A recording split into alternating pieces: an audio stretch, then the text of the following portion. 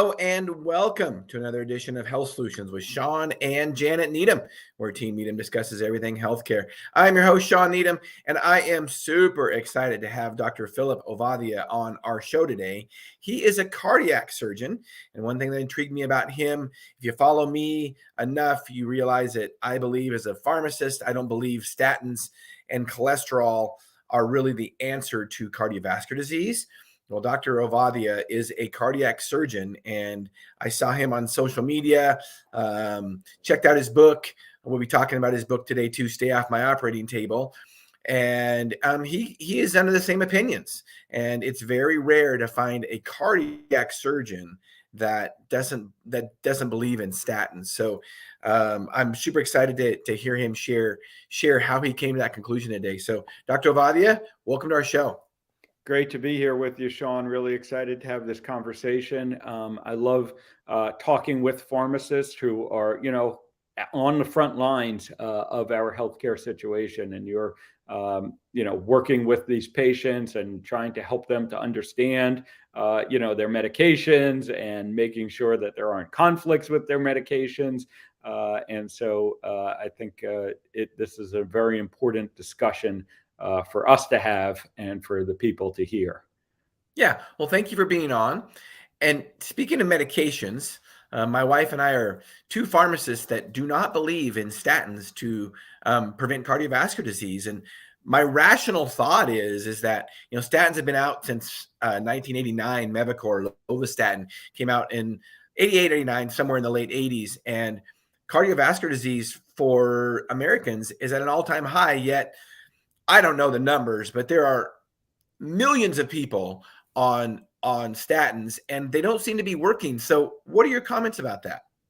Yeah, so I have made those same observations. Like you said, statins have been around now for 30 plus years. They have been the most widely prescribed class of medications for a long, long time now. And we're not seeing a noticeable impact on the incidence of heart disease. Heart disease remains the number one killer far and away here in the US and worldwide. The argument that you'll, I guess, get from statin proponents is, well, people aren't taking them enough. We're not driving cholesterol levels low enough. Now, of course, we have, PCSK9 inhibitors that will lower cholesterol even more than statins. But, when you look at the totality of the evidence, we see that, overall, on a population level, LDL cholesterol levels are much lower today than they were 30 years ago. And yet we have the data that shows, for instance, that half of the patients that show up with heart attacks at the hospital have what are considered, low enough normal cholesterol levels within the guidelines, as they're said.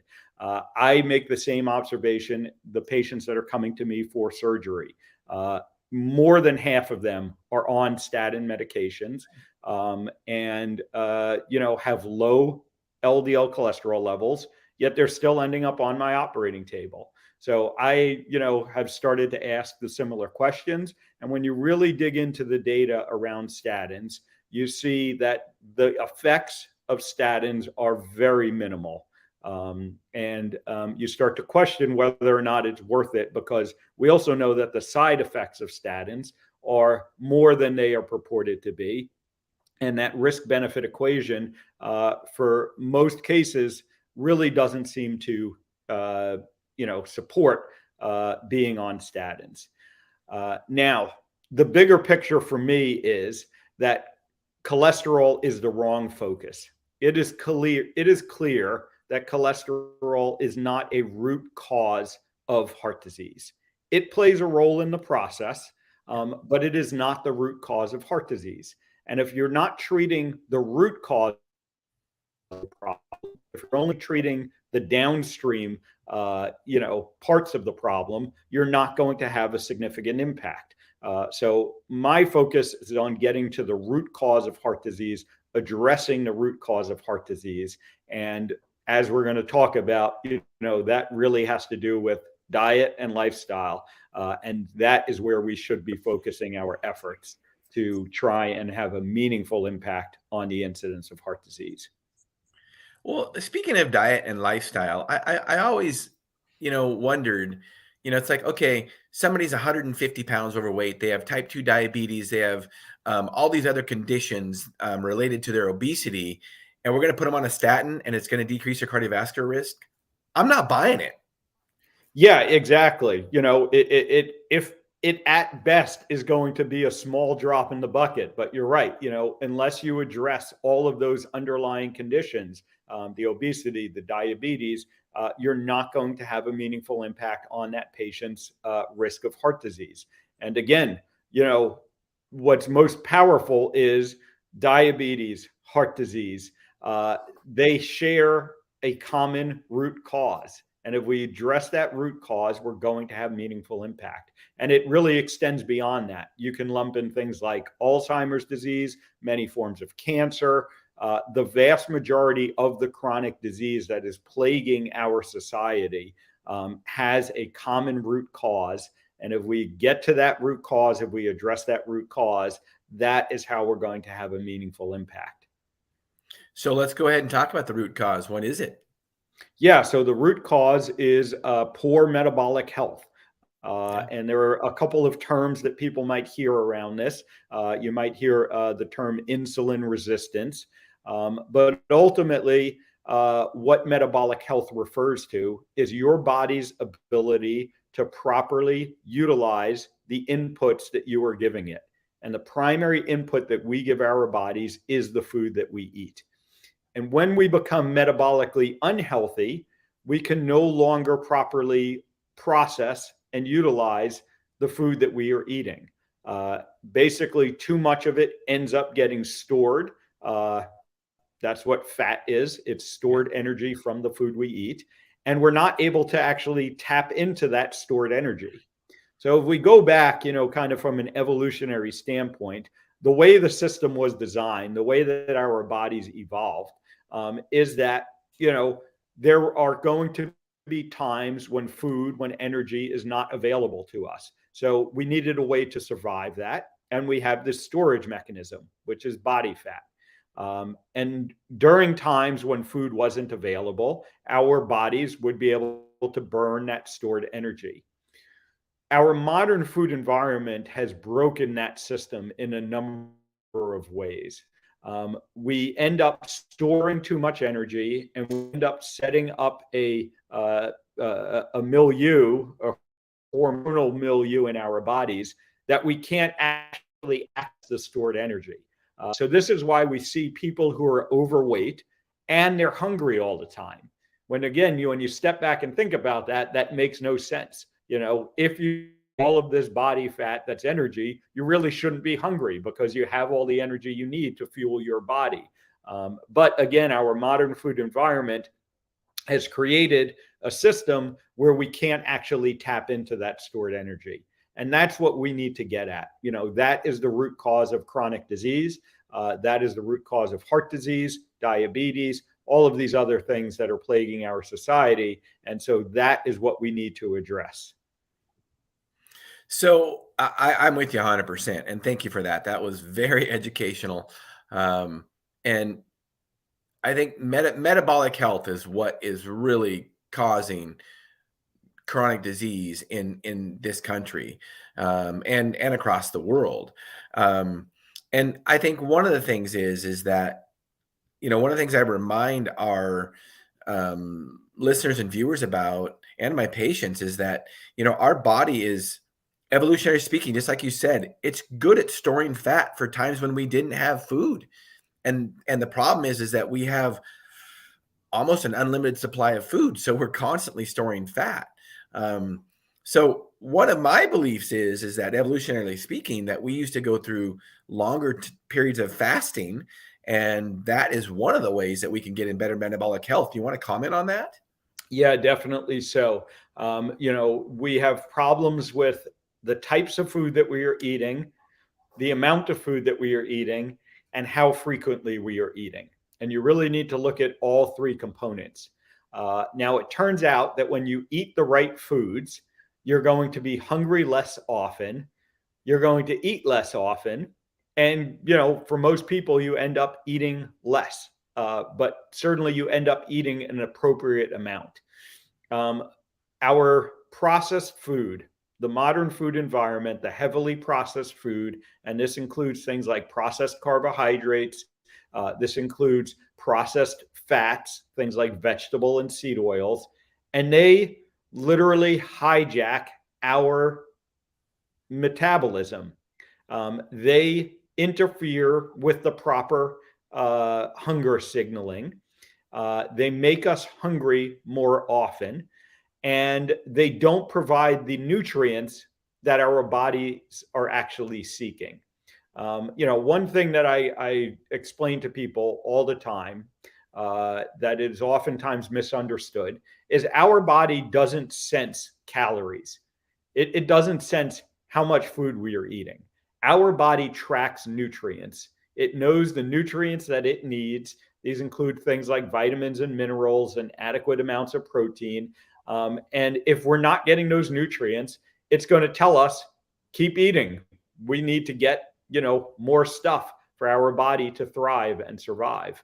And the problem with these processed foods is that they are designed to make us more hungry, and they are not providing our body with the nutrients that we need.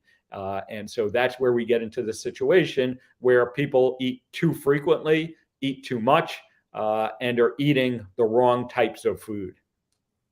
Well, and a perfect example of our body needing nutrients and not sensing calories is drinking your calories. So let's say it's soda pop or let's say it's beer. You never really feel full. You can drink a can of Pepsi that's 150 calories, and you can do that 10 times and you'll never feel full.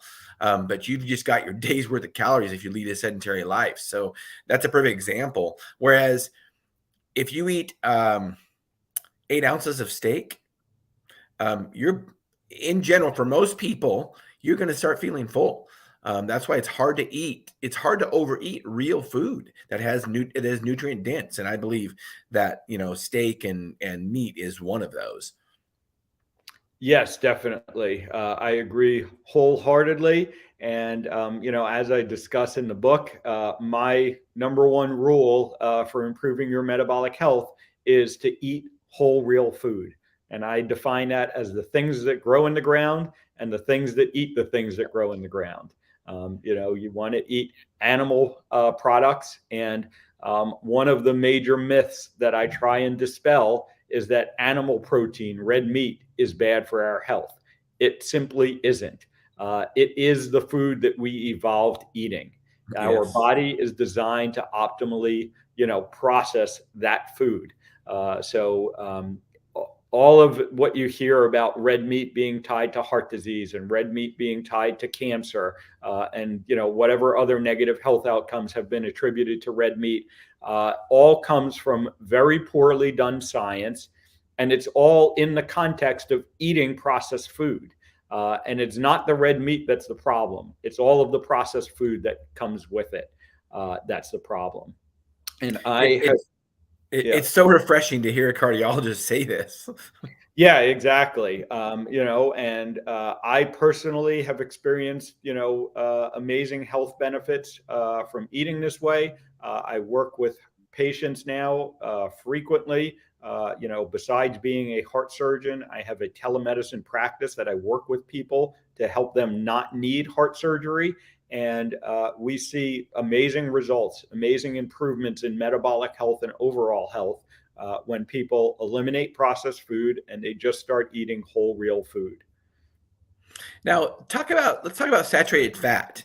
Yep. Many cardiologists and I learned in pharmacy school many years ago that saturated fat is bad and it does attribute to heart disease. Will you comment on that?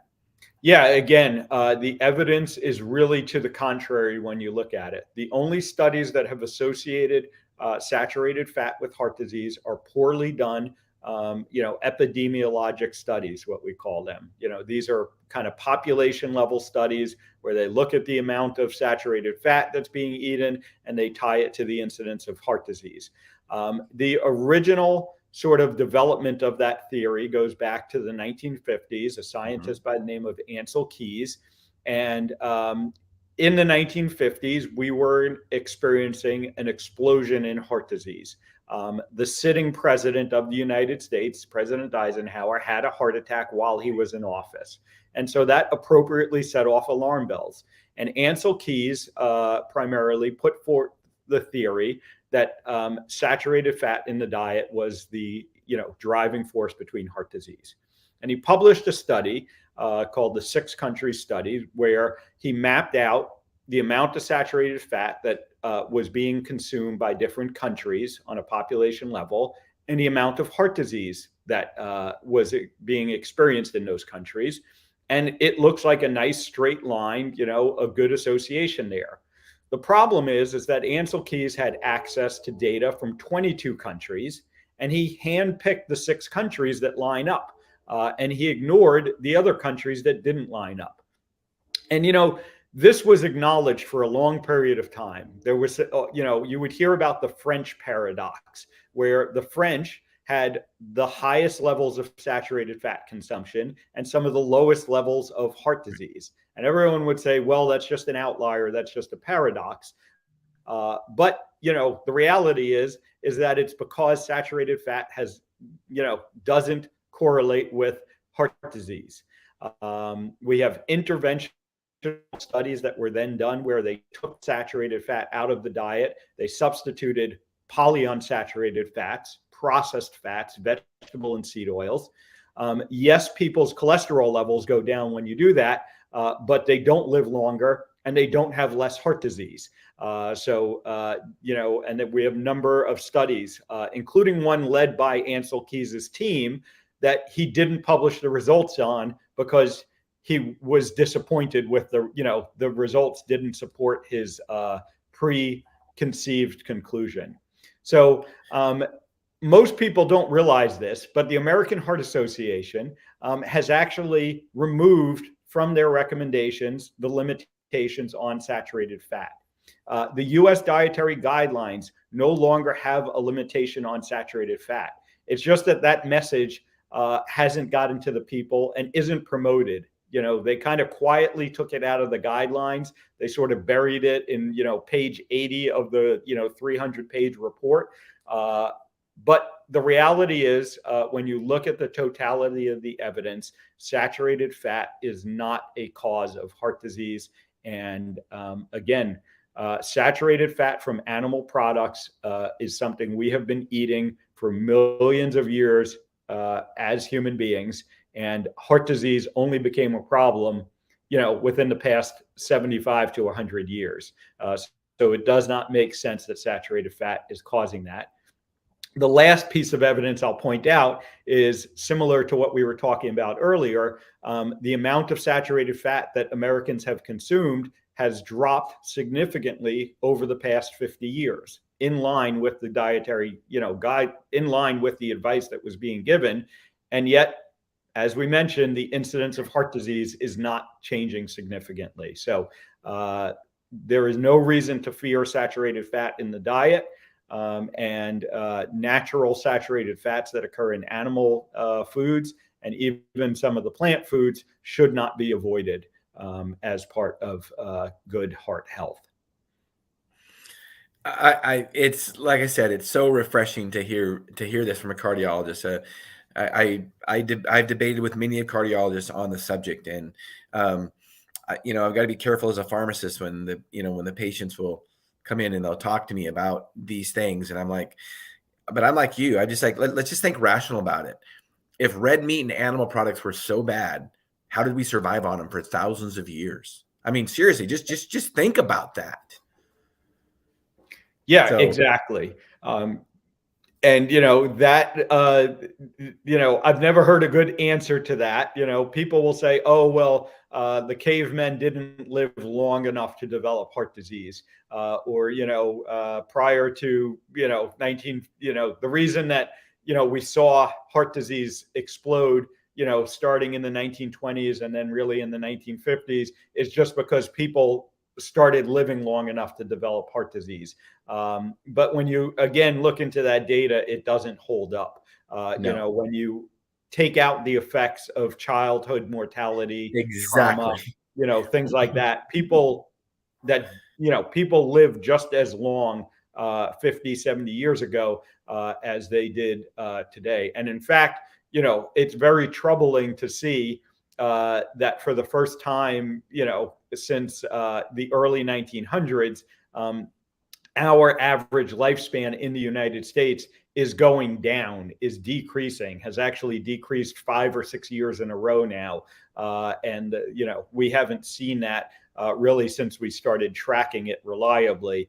And here we are, eating the lowest fat diets, having the lowest cholesterol levels we've ever had, and yet our lifespan is going down instead of up. Well, and we really shouldn't be surprised when we look around in America. I mean, 50% of patients are obese, or people are obese. So we really shouldn't be surprised that, our longevity is going down. I mean, it's a perfect example of, we don't need fancy cholesterol numbers, fancy labs, fancy tests to look at what's going on with people's metabolic health in our country in general. I mean, just go out and you see people, and it's just like, it's unreal. I mean, and it seems like, and I'd love your opinion on this, Dr. Ovadia, is the younger ones are even worse. I mean, my wife and I say it all the time. I mean, people in their 20s that are obese. I mean, that just, when I was a kid, that just, there was 1 out of 100 like that. Now it's 90 out of 100. Yeah, this is a very alarming trend that I'm seeing. So I started my career as a heart surgeon in 2003, 20 years ago. At the time that I started, the average age of the patients that we would operate on was in the 70s, and it would be unusual to see someone in their 50s. Here we are 20 years later. I am routinely operating on 40 and 50-year-olds, and I even operate on 30-year-olds, not infrequently these days.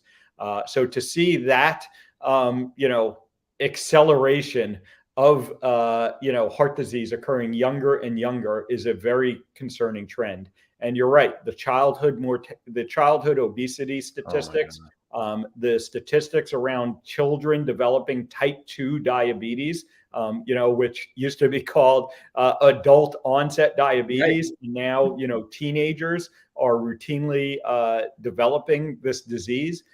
Very scary, very shocking statistics.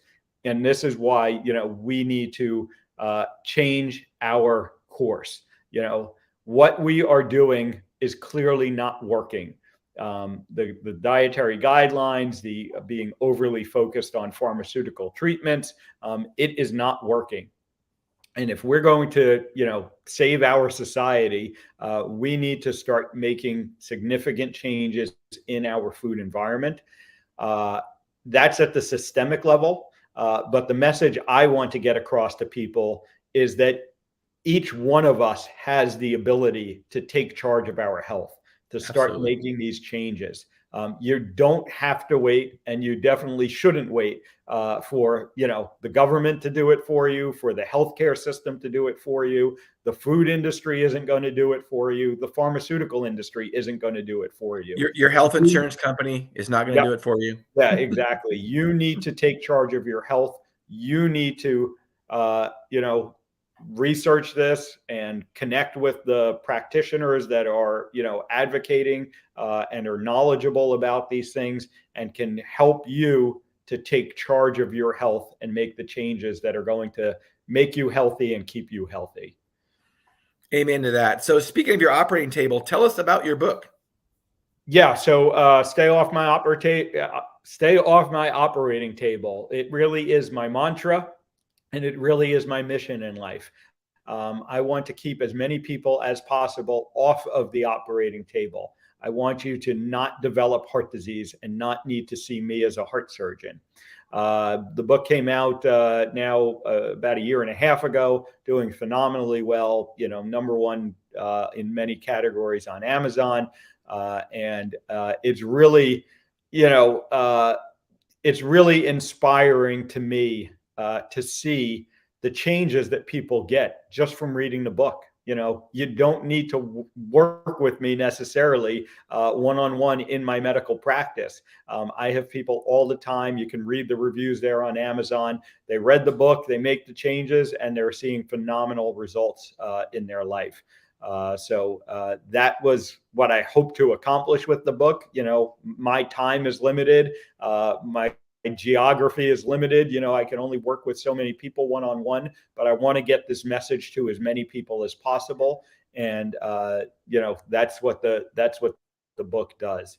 Like I said, I'm really pleased with the results it's getting, and we need to just keep spreading the message. My favorite message to get is, I read the book, I made some changes, and then I gave the book to 5 other people, and they're making the changes. And that's how we really have the impact, that exponential growth as this spreads. Yeah, I definitely love it. It's a great name. Coming from a cardiac surgeon, it's just very powerful to write a book like this and talk like this, because you just don't hear that from your traditional cardiologist. You hear him preach statins, you hear him preach all this drug therapy, and yet, it's not working, like you say. So we've got to do something different. So speaking of drug therapy, hypothetical patient.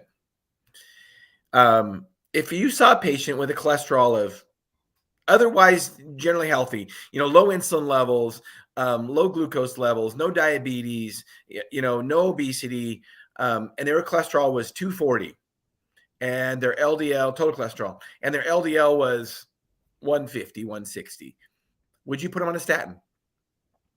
So, the discussion around this is, very nuanced, and it's really going to depend on individual situations. The vast majority of the time, the answer is no. But there's some more information that I want to get. Ultimately, one of the things I want people to understand is that total cholesterol, LDL cholesterol, are lousy markers. They don't really tell us a whole lot. It's like a 50-50 shot, whether it means anything. And you need to dig deeper, and you need to find a physician who understands this and can dig deeper with you. And there are a number of things that I end up looking at in these scenarios. And you mentioned some of them. I want to know what that patient's metabolic health is. I want to know what their insulin levels are. I want to know if they're insulin sensitive. I want to know what type of cholesterol particles they have. LDL is a class of cholesterol containing particles. And within that, there are small, dense particles, which do predispose to development of heart disease. And there are large, fluffy particles that don't predispose to development of heart disease. And I want to know, which one do you have? And if you have a lot of small, dense particles, the answer is usually not, put you on a medication to lower your overall cholesterol. The answer is address your insulin resistance, which is causing those particles to be small and damaged in the first place. So the vast majority of the time, the answer is going to be no. The other piece of information that I think is very helpful for most people to have is, do you actually have any plaque in the arteries of your heart? Right. Or do you not have plaque in the arteries of your heart? There's a test called the coronary artery calcium scan. It's a type of CT scan, very easy to perform, takes 5 minutes. You don't have to put an IV in. Typically, here in the US, the cost is going to be between $50 and $200. Insurance typically won't cover it, but it's relatively inexpensive. And I think it's a worthwhile investment in your health. And it will show us whether or not you have plaque forming in your arteries, because that's a very powerful piece of information when we're trying to do this calculation.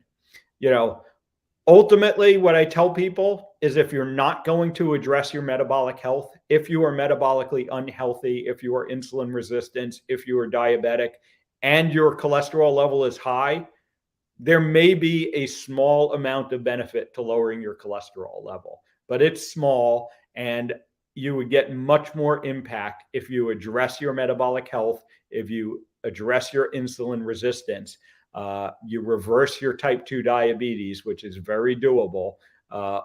Those are going to be the things that are going to meaningfully impact your risk of developing heart disease. And what about triglyceride HDL ratio? Yeah, so triglyceride HDL ratio is a good number to look at because it reflects your insulin sensitivity. The lower that ratio is, the better. So again, we're dividing your triglycerides by your HDL. Under 2 for that ratio is usually pretty good. Ideal is for it to be less than 1. So you want your triglycerides to actually be less than your HDL. It's an indirect indicator of insulin resistance. I would rather directly measure insulin resistance, which we can do. But if your doctor doesn't know how to do that for you, or just won't do it for you, a simple test to look at, because all doctors get cholesterol panels these days, is to look at that triglycerides and your HDL and calculate that ratio. And if it's more than 2, if your triglycerides are more than double your HDL cholesterol, it's a warning sign. Interestingly, when you look at the measures of metabolic health that we use, there are 5 standard measures that we use to assess metabolic health. Triglycerides and HDL are 2 of them.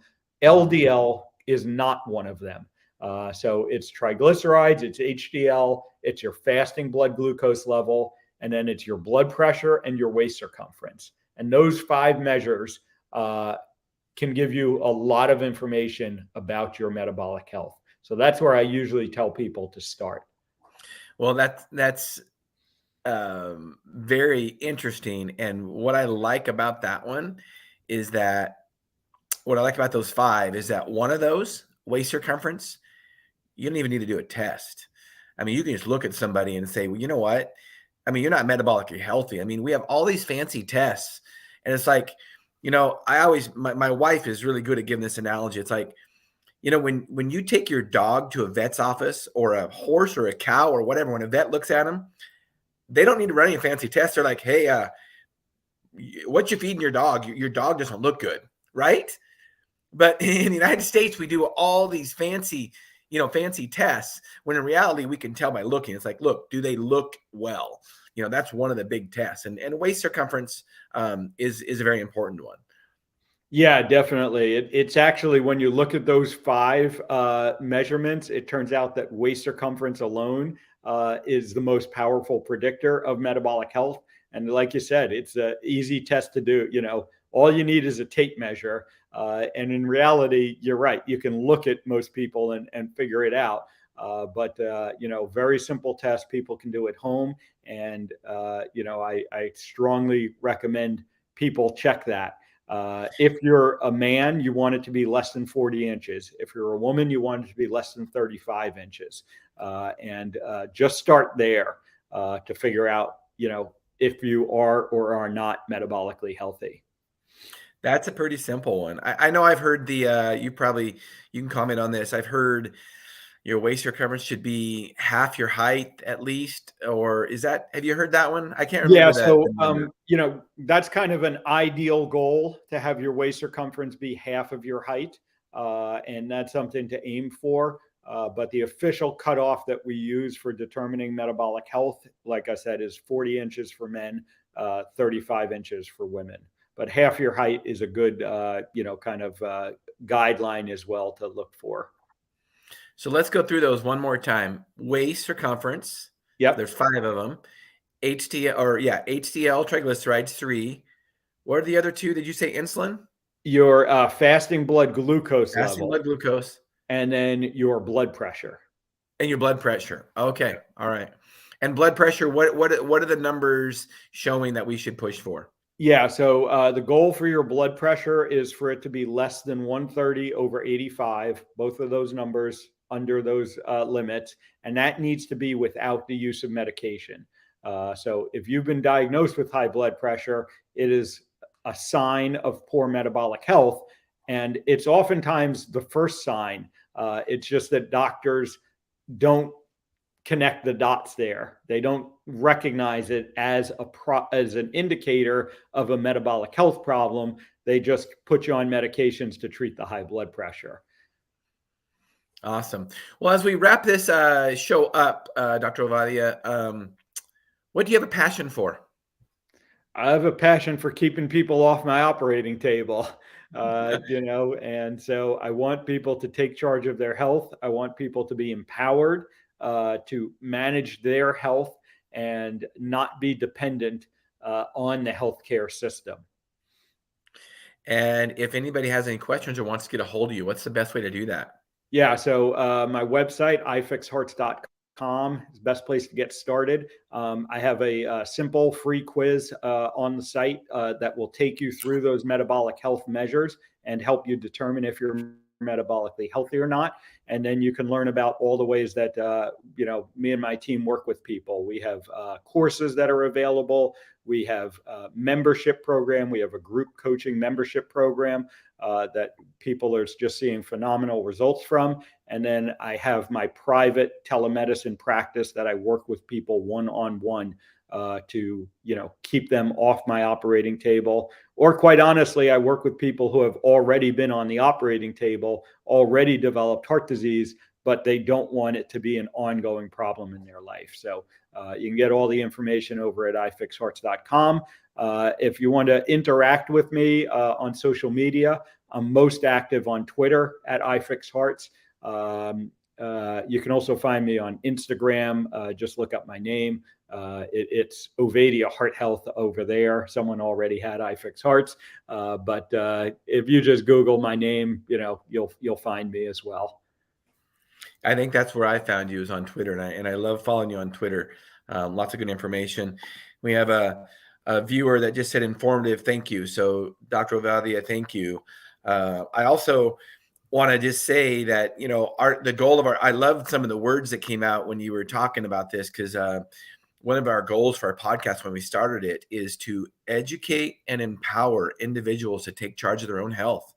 I mean, a doctor's not going to do it. A pharmacist is not going to do it. Your insurance company, the government, like you said, nobody is going to do it but yourself. So my goal is to educate and empower individuals to do that. And you've helped us realize that goal today. So I really appreciate it. Great being with you here, Shawn. Great conversation, and keep up the great work. You're welcome. Thank you for being on.